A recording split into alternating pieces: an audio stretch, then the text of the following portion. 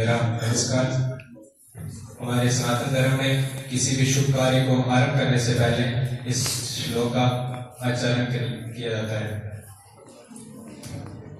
वक्रतुंडे महाकाय सूर्यकोटि समप्रभा निर्विघ्नं कुरु मे देव सर्वकार्येषु सर्वदा।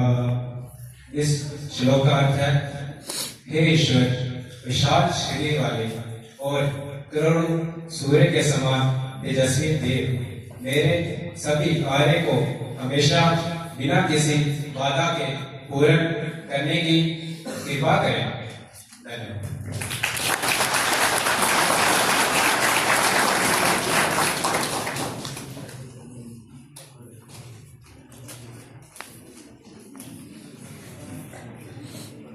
वाहिगुरु जी का खालसा, वाहिगुरु जी की फतेह। मैं गुरु ग्रंथ साहिब जी से कुछ लिखी हुई तुकें आपके सामने रखना चाहूंगा और इनका मीनिंग बताना चाहूंगा आपको। सबसे पहली तुक जो है वो है, सूरा तो पहचानी है जो लड़ा दिन के हेत, पुरजा पुरजा कट मरै कब ना काटा खेत। इन लाइन्स में जो है हमें गुरु साहिब जो है वो समझाना करते हैं कि सूरमा जो होता है वो हमेशा गरीब के लिए जो है वो लड़ता है और वो तब तक जो है वो अपने मैदान को नहीं छोड़ता जब तक उसकी जो है वो जिंदगी उनके लिए नछावर ना हो जाए। इसके बाद जो है मैं वो तुक बोलना चाहूंगा, सो क्यों बंदा आखिया जित जमै राजान। हम स्त्री को कभी भी गलत नहीं बोल सकते क्योंकि उसने जो है वो एक राज्य को जन्म दिया होता है। इसके बाद हम नहीं चंगे बुरा नहीं कोई, प्रणव नानक तारा सोए। इस तुक में हमें गुरु साहिब जो है वो ये समझाना करते हैं कि अगर हम अपने आप को समझें कि हमसे कोई बुरा नहीं है और हम अपने आप को समझें कि कोई हमसे बुरा नहीं है, तो हम जो है वो बुरे काम नहीं करेंगे। और जो आदमी ये समझ लेता है कि हमसे बुरा नहीं है कोई, तो वो जो है वो अपने जो संसार है वो इसको वो त्याग देता है। इसके बाद जो है वो तुक है लास्ट में, अवध अल्लाह नूर पाया कुदरत के सब बंदे, एक नूर दे सब जग उपजा कौन भले को मंदे। इस तुक का मीनिंग है कि हम एक ही जो है वो नूर से, कुदरत से या भगवान से निकले हुए हैं। कोई भी बुरा नहीं है, कोई भी अच्छा नहीं है, सभी एक जैसे हैं। और लास्ट तुक में जो आपको बताना चाहूँ वो है, रैन गवाई सोए का दिवस गवाया खाए, हीरे जैसा जन्म है कौड़ी बदला जाए। इस लाइन में जो है वो हमें गुरु साहब समझाना करते हैं कि हमें जो है ये जो हमें जीवन है ये बहुत हीरे की तरह है, पर हम जो है इसे बहुत गलत कामों में या पैसा कमाने में सिर्फ इसको जो है हम वो लगा देते हैं। तो ये हीरे जैसा जन्म है, हमें जो है इसमें भगवान का नाम जो है वो लेना चाहिए।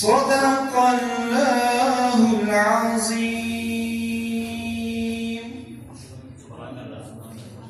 लोगों, हमने तुमको एक मर्द और एक औरत से पैदा किया और फिर तुम्हारी कौमें और बरादरियां बना दी ताकि तुम एक दूसरे को पहचानो।